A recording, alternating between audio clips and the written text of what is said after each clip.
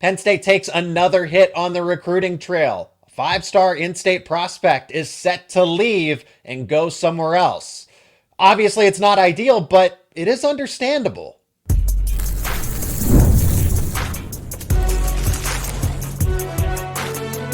You are Locked On College Crossover, part of the Locked On Podcast Network. Your team every day. That is right. It is a Locked On crossover to talk Penn State football recruiting. My name is Zach Seyko, and I'm the host of Locked On Nittany Lions, your daily source for all things Penn State sports. He is Brian Smith, portal expert, recruiting expert here on the Locked On Podcast Network, the number one sports podcast network out there, fitting host of the Portal Podcast. Today's show is brought to you by Mazda. We put the same drive into every detail. Wins define the moment, putting in the work that defines you. Stay tuned for highlights in this week's Moving the Game Forward. There's more to a Mazda because there's more to you. Let us know your thoughts down in the comments section. As always, we're going to talk about Rocco Becht. Scouting Rocco Becht, how good is he going into his final season of college football and being QB1 for the Nittany Lions? The jury's still out on what he can do for Penn State this season. Priority targets, because now the dial is shifting, Brian. Not one, but two. Five-star prospects are set to leave Pennsylvania. First, it was Kemon Spell, committed to Georgia. Never say never, right? We're going to talk about Spell here because Penn State's going to keep up the pressure on Georgia to try to retain that commitment. But now it's insult to injury. Maxwell Hiller, who's somebody that we've been talking about him in these crossover episodes for probably a year now at this point. Penn State's not in his Final Four. It's Alabama, Tennessee, Florida, Ohio State. I guess I'm glad that it's not Notre Dame or Michigan or anything like that. But again, another top prospect in your backyard, and he's going somewhere else. This is difficult, but this is the price you pay when there is, for any reason, a coaching change, not just at head coach, but like pretty much like that's about as big as staff turnover as you're going to have. Back office, all the recruiting interns, like anything you can imagine at Penn State, it was up for grabs, and some people stayed, but O-line coach, everything like that, that's where it gets really touchy, and it's just the price of doing business. You made a coaching change. You're going to lose some guys because I say this all the time on your show, recruits pick coaches, not schools. And I know fans throw things at their TVs when they hear that, but that's never going to change. It's not a Penn State problem. That's just recruits in general. And he had a relationship with guys that have since departed Happy Valley. So I still think there's a chance they can get back in on him because it's recruiting. You're spending the money that the school provides you to recruit. If you're a coach, you're still, the only thing you can do is say no. You're still going to recruit him. I mean, who gives a crap if he goes out there and he still continues to say, well, this is my top four. Penn State should still recruit him. And if you build a relationship and get him back on campus, would it be the first time that's happened? No, it happens all the time. So they got to continue to go after him. But this is just the price of Penn State having a coaching change. They didn't have a relationship with him when they came in, the guys that are on board, back office, or anything else. So Penn State's at least temporarily not in the Maxwell Hiller stakes. And that's unfortunate because that is a big-time player. Yeah, massive. And he is an offensive lineman that weighs close to 330 pounds. So pun intended here. It's not ideal from the standpoint of, I think it's just kind of inconvenient. If he was a prospect in Ohio or out of the DC, Maryland, Virginia area, I guess we're not having the same dialogue, right? Because he's from the state of Pennsylvania, because he was visiting Penn State frequently, and the dominate the state didn't just apply to the James Franklin era. Preferably, you would like Matt Campbell to do this, have that same kind of ideal for his recruiting, which will get there, which is why I say it's understandable, and you put it perfectly. I think of it as, okay, Ryan Clanton's the offensive line coach for Penn State. How long has he been in communication and recruiting Maxwell Hiller and talking to his family, talking to his coaches, right? Who knows? What teammates, anything. What is that connection like? It's probably not that great. And that's not because Clanton's a bad offensive line coach, but it has everything to do with time. What's the key detail here? Who's in his Final Four, Brian? Florida? Guess who's the offensive line coach at Florida now who was recruiting him at Penn State? Phil Troutwine. Relationships. This is what it comes down to. It's relationships. And by the way, Florida is desperate for offensive line. Like he could start year one. Yeah. Yeah. That should, by the way, just throwing this out there, that should never happen at Florida. They did their problem, not mine, but yeah, I get it. But they're going to have to overspend on whether it's Maxwell or whatever. They're probably going to spend more because they don't have any options. They're in a bad spot. You can only win so much with the portal. Tennessee spends a ton of money. Bama's interesting. I think he had a pretty good visit there from what I remember. So like Ohio State kind of speaks for itself. Yeah. But like the list is, it's about money and prestige programs. We'll see what Florida does. Like if he commits there, if they're okay this fall, which they still might be, because that roster, again, that's a lot of flip. Maybe that's something that changes. Who knows? But he has a relationship with the coach. So that's Florida's advantage. There's a lot of little idiosyncrasies that are interesting, at least for me, to look at, because this kid's from Pennsylvania and he's not going to visit either Penn State or Notre Dame or Michigan. That just shows you those are just three mainstays that my entire life. If there's an elite offensive lineman from that state and they don't visit any of those three, I don't know if that's happened in my lifetime. Like if for an OB, like none of those three are getting to OB. So it just shows you how much recruiting has changed in the common area we're in. Now let's flip it back to Kemon spell. And I guess I didn't mean to use the word flip here, but that's what Penn State's going to try to do. So another pun intended. As a 5-star player, a top 10 player in the nation, the consensus number one running back. I mean, if you're Penn State, honestly, between the two, you would prefer to have, I feel like offensive linemen, you can still gather a bunch of them. I mean, you need a lot of them because there are 5. You can only have so many running backs. Of course, you need depth, but Kemon spell is that instant difference maker. And from what we've discussed, Brian, you and I know very well that Penn State's not going to give up here. I mean, and as that should be the case. I mean, don't give up until his name's on the dotted line when it comes to his agreement with Georgia here. What are Penn State's chances? I know we say it. We like to think it's the case. How much of a fighting chance does Penn State actually have to pull off what I think most people would consider unthinkable? I don't know if it's unthinkable. I had the opportunity. I was out in Las Vegas this weekend for Battle Vegas, and I met him. I had never spoken to him. Great guy. And I just said, what situation you going to take visits? Well, just common conversation. And he said, I'm pretty locked in with Georgia. I think the development there is great. And he brought up something he never brought up NIL at all, which was refreshing for me, by the way. Yes, I agree with that. I'm sure he's getting compensated, but he'd get compensated about anywhere. But just so people know, Georgia does not compensate upfront NIL very much. Like they're very low on that end of they do not want to mess around with their locker room. Kirby's very old school on that. But he thinks that either one or both of the running backs that are going to be the main guys for Georgia this next year, they'll both be third year out of high school, will turn pro. And he's probably right. At least one of them will leave. He thinks he can play earlier there than he can at Penn State, and he's probably right.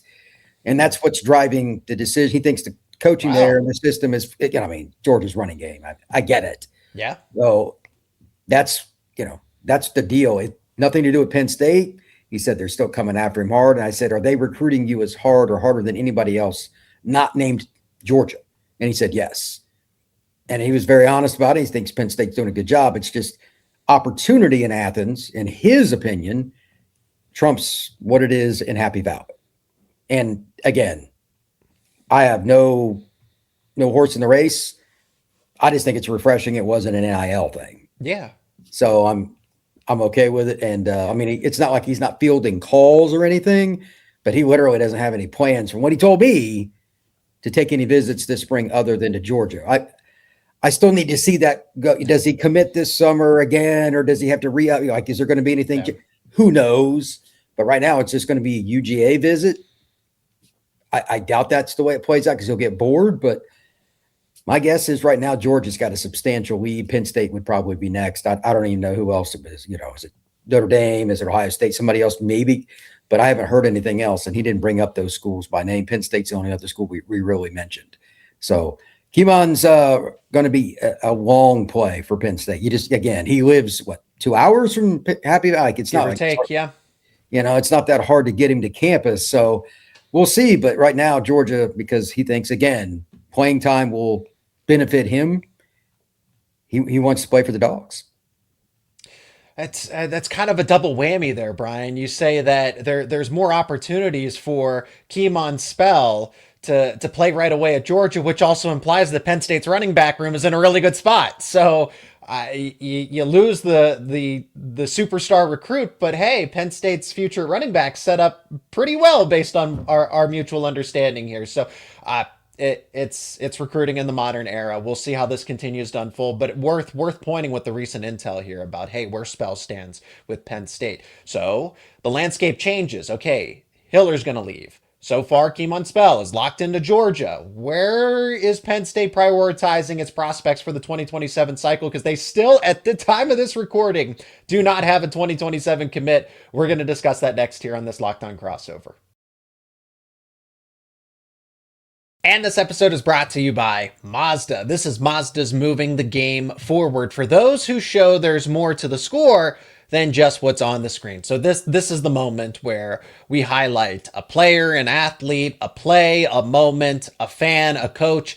I'm going to go with Penn State wrestler Nate Desmond. A true freshman, bumps up 2 weight classes from 125 to 141 and takes out one of the best veterans in the sport, arguably, in Dylan Ragusin. They go to overtime, they go to sudden victory, and Desmond, who looks like he's going to be pinned in a headlock, ends up getting the match-winning takedown. These are the moments that remind us of what it really takes to raise the bar. It's that extra work off the court, dialing in every detail, giving it that extra fire, that grit, and the I never quit. We put the same passion into every model. Highlights make the reel. What it took to get there makes it count. There's more to a Mazda because there's more to you. Mazda, move and be moved. This episode is brought to you by Wayfair. Hey, we're into the new year, but it's still the perfect time to reset your routine, refresh your space. If you're spending more time at home, you might as well love how it looks and feels. That's why you should turn to Wayfair. It's your one-stop shop for getting your home back on track. From bedding to mattresses to storage solutions, for every room, Wayfair makes it easy to start the year fresh. Wayfair has everything you need for a full home refresh, all in one place. Whether you're updating your living room, you're organizing your space, or upgrading your work from home setup, Wayfair's huge selection makes it easy to find exactly what works for your style and your budget. Shopping's easy. Delivery is smooth and everything arrives exactly as expected. It honestly makes getting back into the routine this new year feel a lot more manageable, and you can find pieces that will match your style without spending a fortune. Get organized, get refreshed, get back on track this new year for way less with Wayfair. Head over to wayfair.com right now to shop all things home. That is WAYFAIR.com. Wayfair, every style, every home. Quarterback is going to be a major priority here for Penn State. I mean, that's a given in the sport. You don't have a quarterback in college football. You don't have a reliable one. You're probably not winning a lot of football games. So Penn State's going, but it's also about shifting your focus now. Okay, you missed your top 2 targets, Maxwell Hiller and Kemon Spell. Okay, well, we talked about how the relationships weren't perfect or they weren't that strong. So be it. They're still on the top of your big board. Okay, in a proverbial high school draft, if you will, when it comes to building out your college football roster. Let's talk about quarterback in conjunction with Pennsylvania because, okay, my focus shifts to immediately Khalil Taylor and Gabe Jenkins. We talk about Kemon Spell and you miss on the Pittsburgh kid. Okay, go to the next superstars out of Pittsburgh. Khalil Taylor and Gabe Jenkins, wide receiver and linebacker hybrid. I think he's going to play safety at the next level. He's uber talented. He can do a bunch of different things. But that's where my focus shifts if I'm Penn State, because you have to make some sort of statement that we're not going to be pushed around in Pennsylvania, even with the coaching change. Well, I think that's part of the big question mark. Anytime there's a head coaching change at, USC, Michigan, Penn State, schools like that, how good is your first quote unquote full recruiting class? Meaning you had the full year to recruit. Mm-hmm. That's the class you're going to be graded on more than any other. Well, that's right now for Penn State. Some of the kids like Maxwell Hiller, are you going to be able to get them back into the fold, at least get them on campus? You're going to get graded on more than just who you sign. So some of the guys that you may have lost because they didn't have a relationship, or it's just brand new territory, which in this case for the Iowa State staff, they didn't really recruit Pennsylvania and further. They just didn't. So they recruited down south. They recruited Texas, little California, and mostly Midlands. It's just they've recruited pretty much everywhere but where Penn State is. Pretty much. It's just proximity. Yeah. But now this is kind of hard to explain, but diehard Penn State fans will probably understand this. It's one thing to win, but the true big name, and you can pick any school for this, the true big name boosters, the people that really follow the program, they don't want you to win. They want you to win with the guys they're used to seeing. People don't like change very much. We got to win with Ohio guys, Pennsylvania guys, like one kid from Kentucky, one from West Virginia, 5 from New Jersey, 3 from the DMV. Like, this is how we recruit. We have one kid from Florida, 1 from North Carolina. We're done. That kind of stuff.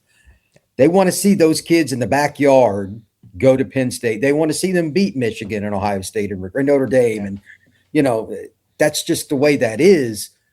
I don't think they're going to have any problem with it for 2 reasons. Number one, it's Penn State. A dead rat can recruit to Penn State. It's not that hard. Okay. Number 2, in 2019, I covered them when they played Notre Dame in a bowl game. I just got assigned to the game. Being around Matt Campbell, just at the press conference, I didn't even speak to him personally. Like that kid, he looked like a kid. He's had such a young time. Like, he's going to have that once he gets to another job. At that time, I had no idea what it was going to be.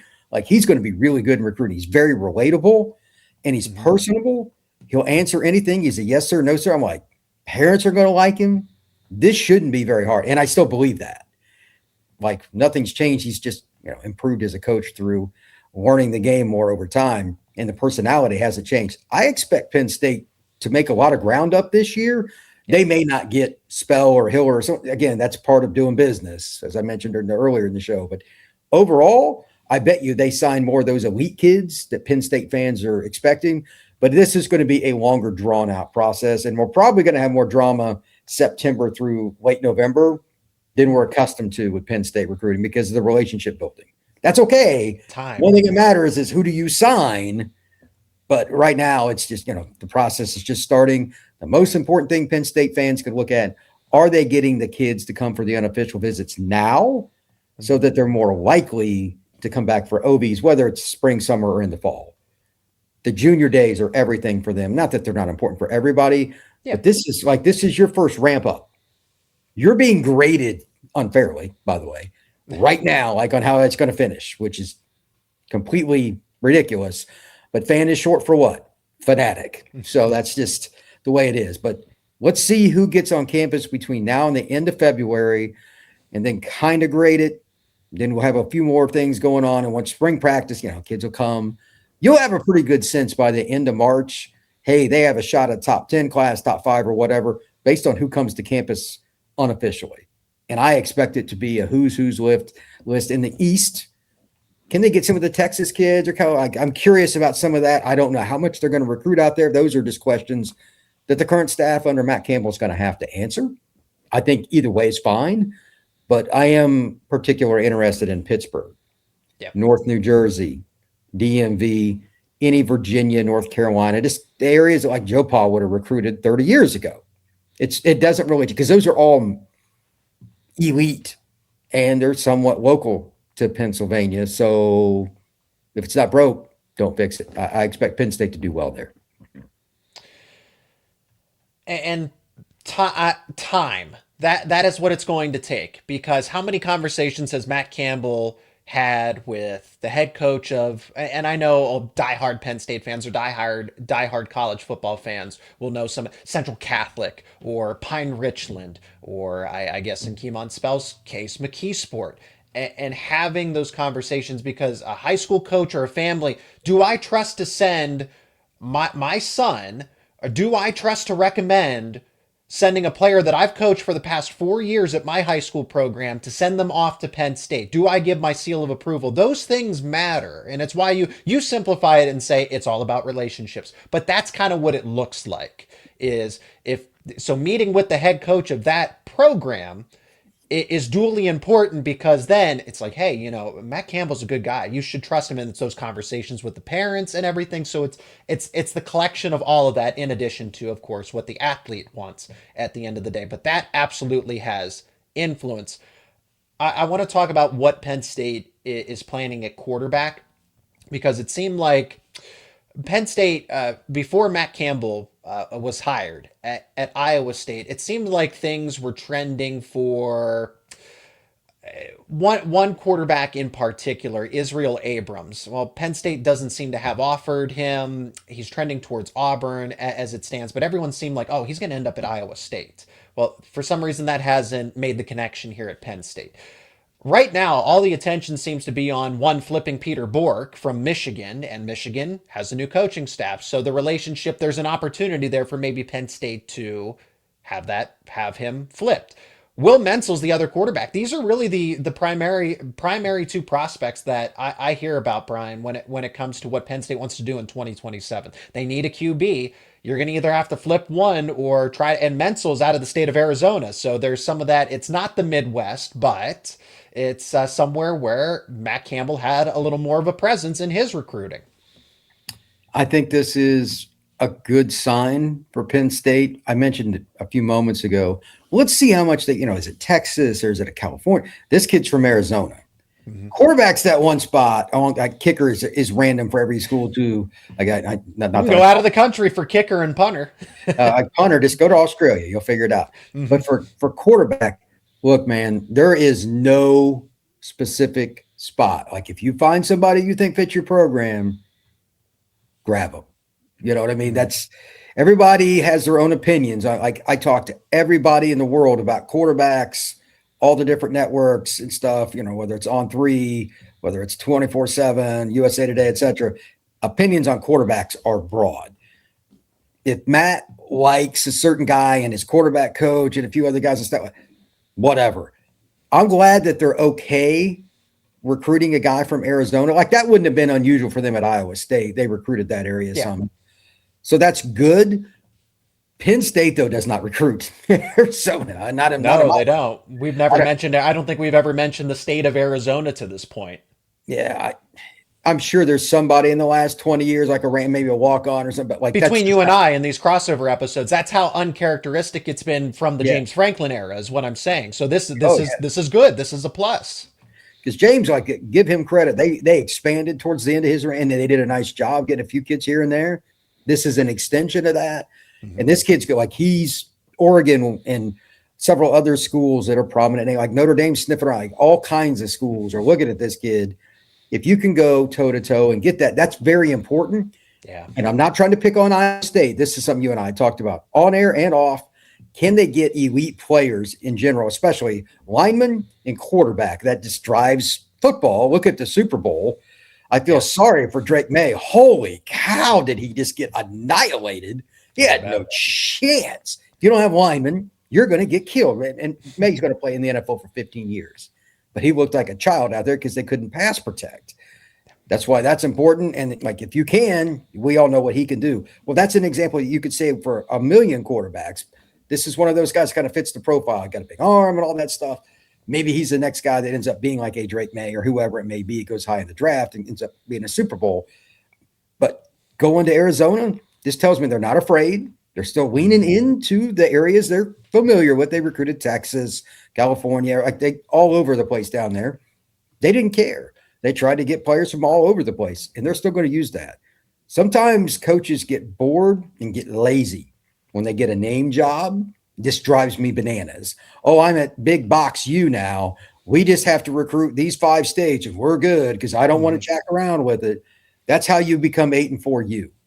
In today's world, if you do not recruit nationally, you're not going to get. Georgia recruits nationally. That is the number 1 state in the country per capita to the NFL. If that doesn't tell you something, nothing else would. And I like what Penn State's doing. They're cherry picking outside their base, but if it's a quarterback or an elite lineman or something, they're willing to do it. That's a very good sign. Hey, you mentioned linemen. I want to throw them in there just for the sake of time. Okay, they're going to miss on Maxwell Hiller. Maybe hey, there's the portal and everything, but in the short term, they're focused on a guy from Missouri, Kyler Kuhn. They're focused on another Right. player from Iowa in Will Slagle. You land those two, it completely you land one of them, it more or less offsets the projected loss of Hiller. Just to kind of throw it in there and provide more perspective that okay, Penn State's not just rattled by losing a few Pennsylvania prospects. Their focus is in the Midwest until they geographically shift. So, but like you said, having those one-off instances where it doesn't really matter where they're from. If they're a special talent, they're a special talent. Let's try to bring them in. If it's Arizona, if it's New Mexico, if it's Pennsylvania, Florida, it doesn't matter. Speaking of, while we're on the topic of quarterback, while we're on the topic of Florida, quarterbacks from originally from Florida, Rocco Becht actually checks both of those categories. He was at Iowa State for a few years. He's going to be a one and done at Penn State. Some people think that he's middle of the road. Brian, you've known Rocco Becht for quite some time. You've seen him play a ton of football. You and I are both more optimistic than I think most people outside of Penn State will be for this upcoming season. So we're going to scout Rocco Becht coming up next here on this Locked On Crossover. This episode is brought to you by TurboTax. Tax season does not have to take over your life. This year, TurboTax is making it easier than ever just to hand things off and move on with your day. With TurboTax Full Service, you can have your taxes done for you by a trusted local expert, start to finish, without the stress or the guesswork. Instead of spending hours trying to figure out forms, you can meet with a local TurboTax expert in person or connect with them online. They handle everything from W-2s to self-employment forms and work to get you every single deduction. You can upload your documents, go about your day, and get updates in the TurboTax app. It's a huge time saver and gives real peace of mind knowing, hey, an expert is handling all of it. For a limited time, you can have your taxes done by a local TurboTax expert for just $150. That's right, $150 all in. If a TurboTax expert did not file for you last year, all you got to do is file by February 28th.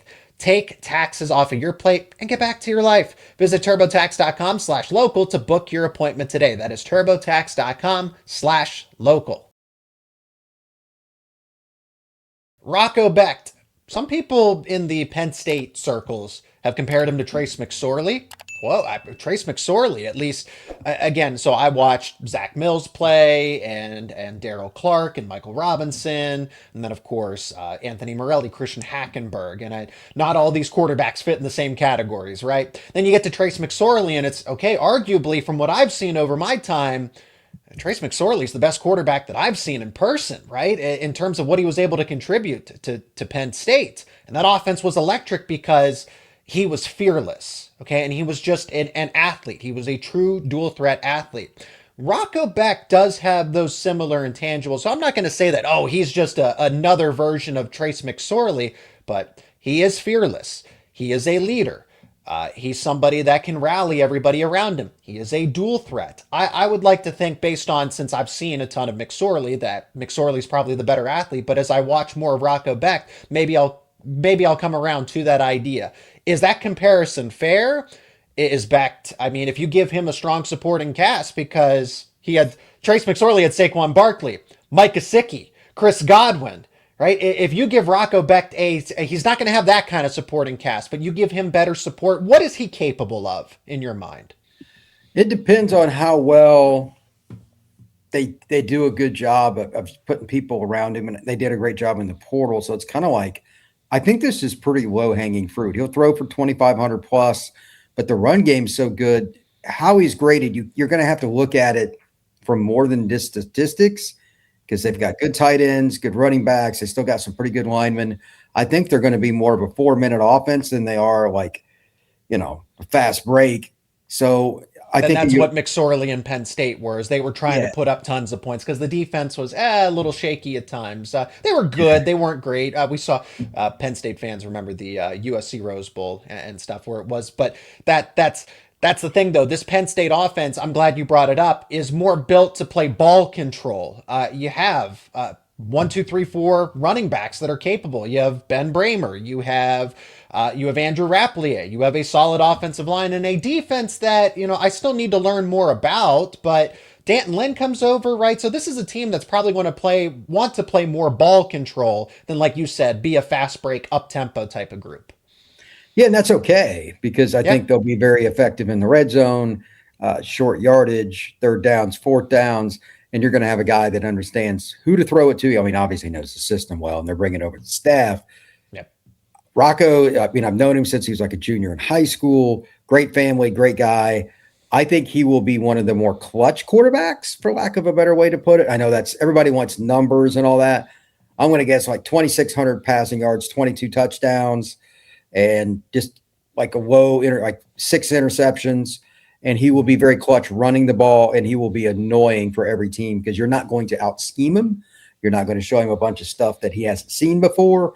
He will be a very tough out and probably one of the top 4 quarterbacks in the Big Ten, if not the best, because again, he won't turn it over, and he'll be annoying because I didn't know he was this way in high school, but he's become a very efficient runner.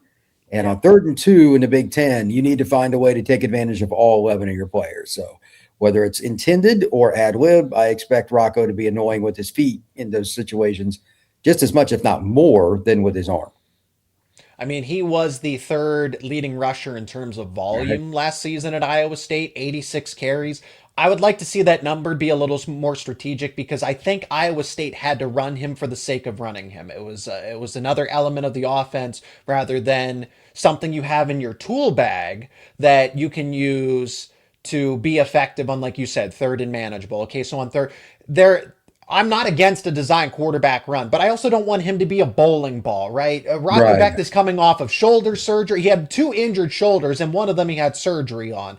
I would like to avoid that given the state. Hey, Penn State's quarterback room is in a better situation with Alex Mansky coming over. They get Connor Berry out of the portal, who we talked about from the Division III level. Okay, so your depth is a little more manageable, but Rocco Becht is the guy. I don't want QB1 being remotely hurt.